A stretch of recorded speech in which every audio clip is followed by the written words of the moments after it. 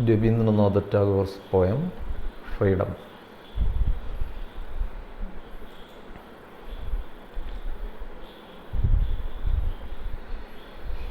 Rabindranath Tagore, one of the tallest figures in Indian literature. He was born in a highly educated aristocratic family in Calcutta on 6th May 1861.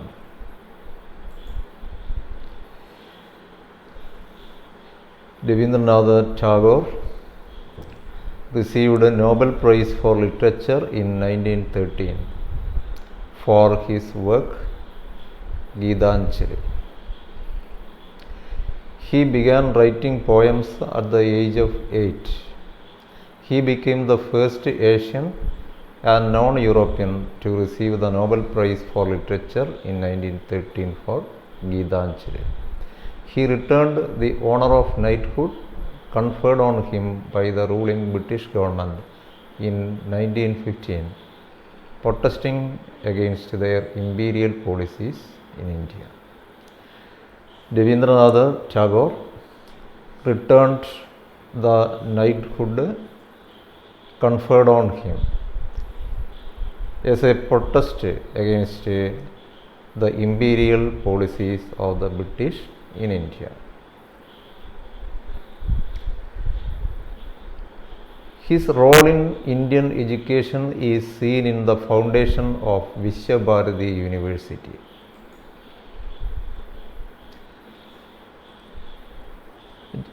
It was Rabindranath Tagore who wrote the national anthem of India and Bangladesh. Two national anthems, India's Jana Gana Mana and Bangladesh's Amar Shonar Bangla, were written by him. He died on 7 August 1841.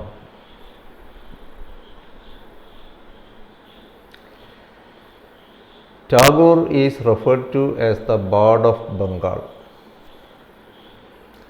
The notable poetic collections of Tagore include Manasi, Sonatari, Geetanjali, Geethimalya and Balaga.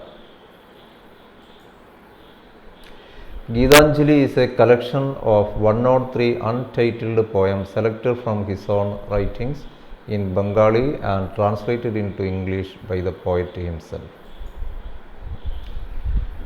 Now the poem Freedom.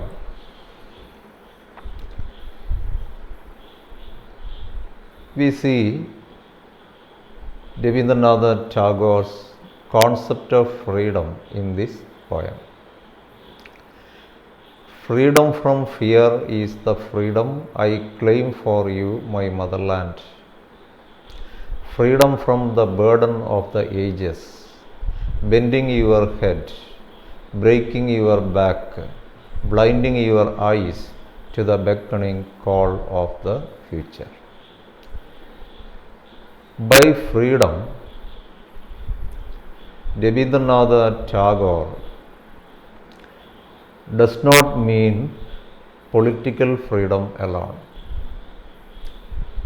It is a freedom from all kinds of oppression. Freedom from fear is the freedom. By freedom, he means freedom from fear. Freedom from fear is what he means by freedom. Freedom from the burden of the ages. Only when the people are fearless, a country can progress. If the people live in constant fear, there will not be any progress to the nation. Freedom from the burden of the ages. Burden means the heavy load. Freedom from the burden of the ages. So it is the freedom from the yoke of colonial rule. It is freedom from the yoke of colonial rule. Freedom from the burden of the ages. India has been under slavery for a long period. The burden of the ages. Bending your head. Bending the head of the people under this heavy load, under this burden. Bending your head. They have to bend their head under this yoke of colonial rule. Breaking your back. Blinding your eyes to the beckoning call of the future. The miserable condition of the people, the colonized people, under the colonizers' rule is suggested here. Freedom from the burden of the ages. Breaking your back, bending your eyes to the beckoning call of the future. People are tied down to the past. Burden of the ages. It also means the fact that people have been tied down to tradition. People refuse to look forward to the future. They are incapable of listening to the call of the future because the slavery has crushed their spirit. Freedom from fear is the freedom. You can see the repetition of the consonant sound. Freedom from fear is the freedom. So, the figure of speech alliteration is used here. You can see. Freedom from the burden of the ages. Bending your head. Breaking your back. Blinding your eyes. So, this slavery has blinded their eyes to the beckoning call of the future.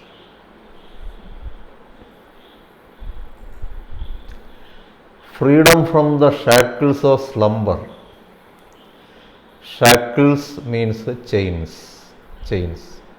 Changalal. Shackles of slumber. Slumber means sleep. So it is the freedom from the chains of sleep. By freedom, Rabindranath Tagore means freedom from the chains of sleep. Chains of sleep. It is time for the Indians to wake up from their sleep. It is time for Indians to wake up from their slumber. The shackles of slumber. You fasten yourself in night's stillness. So the people are fastened to the stillness of the night. People are fastened to the stillness of the night by the chains of sleep, by the chains of slumber, by the shackles of slumber. People are fastened, fastened to the stillness of the night. People are living in darkness. People are living in darkness. They are living in the superstitions, mistrusting the star that speaks of truth's adventurous paths. The star stands for the star of freedom, freedom movement. The freedom movement.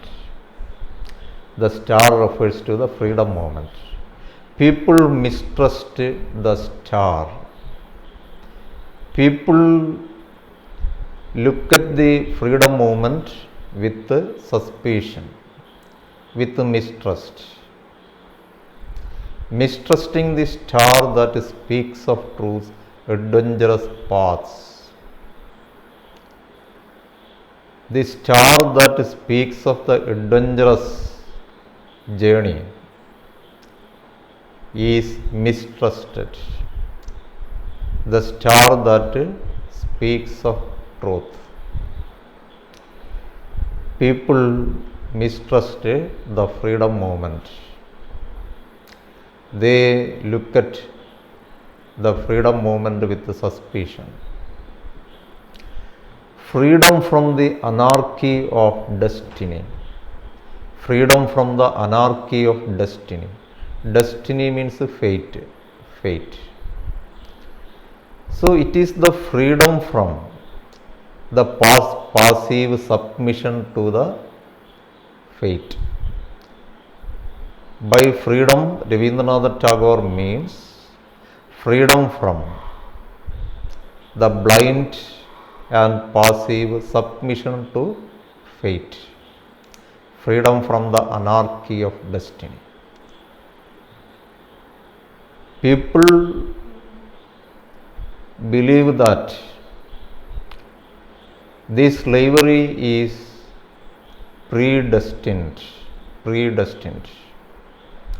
It has been decided by fate. From such beliefs, there should be freedom. Freedom from the anarchy of destiny. Freedom from all superstitions.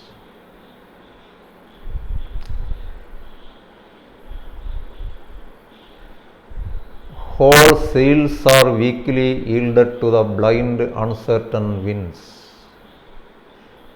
Whole sails are weakly yielded to the blind, uncertain winds. Here there is a metaphor. India is compared to a sail ship. India is compared to a sail ship, which is driven by uncertain winds. Which is driven by uncertain winds. Just like a sea ship, which is controlled by uncertain winds, India's situation also is like this. There is no one to guide the people to the right path. Whole sails are weakly yielded to the blind, uncertain winds, and the hem to a hand ever rigid and cold as death. The man who is sitting at the helm is a rigid person, rigid and cold as death. We cannot expect that the captain of the ship will do anything to save the ship. He is as rigid and cold as death. This ship is piloted by a person who is as rigid and cold as death. Freedom from the insult of dwelling in a puppet's world. By freedom, Rabindranath Tagore means freedom from the insult of dwelling in a puppet's world. Puppet's world, puppet show. Puppet show. Puppet is a toy in the shape of a man, animal, etc. പാവകളി എന്ന് പറയുന്ന സംഭവമാണ്. Freedom from the insult of dwelling. Dwelling means living. To live in a nation which is under slavery, which is under the rule of a foreign country, is really a shame to its people. By freedom, he means freedom from the insult of dwelling, living in a puppet's world.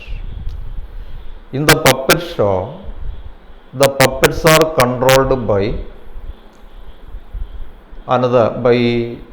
somebody outside, who is standing there invisibly. An invisible control is there. Freedom from the insult of dwelling in a puppet's world. The people have turned puppets. They are controlled by a foreign country. So by freedom, Rabindranath Tagore means freedom from the shame of living in a puppet's world. So freedom from the colonial rule, where movements are started through brainless wires. In the puppet show, the movement of the puppets is controlled by somebody who is outside it. So it is the foreigners who are ruling, where movements are started through brainless wires. They are controlled by brainless wires.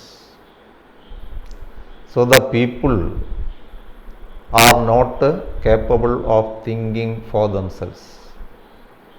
Brainless. The people are unable to think for themselves.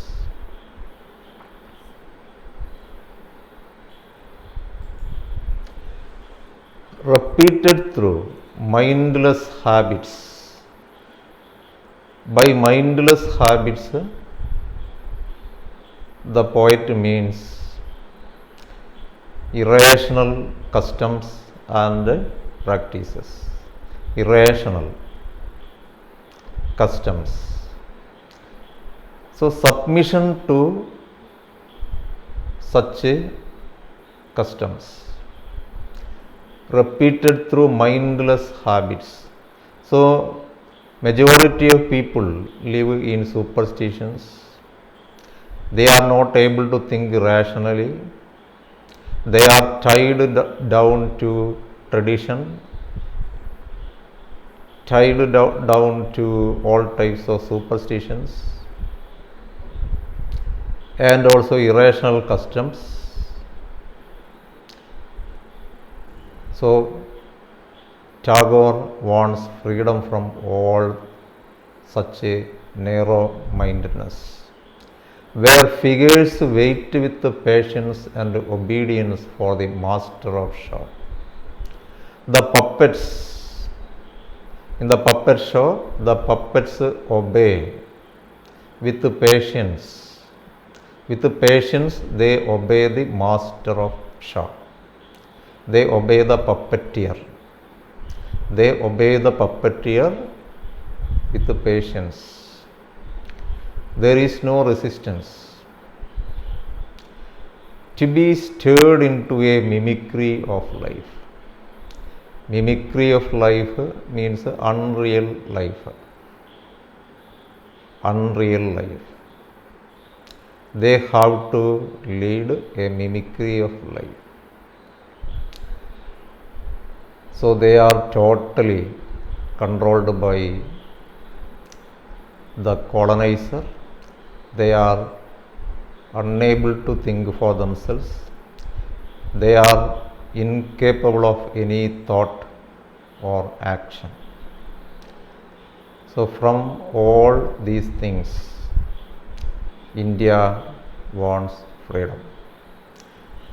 So that's the end of the poem. Thank you.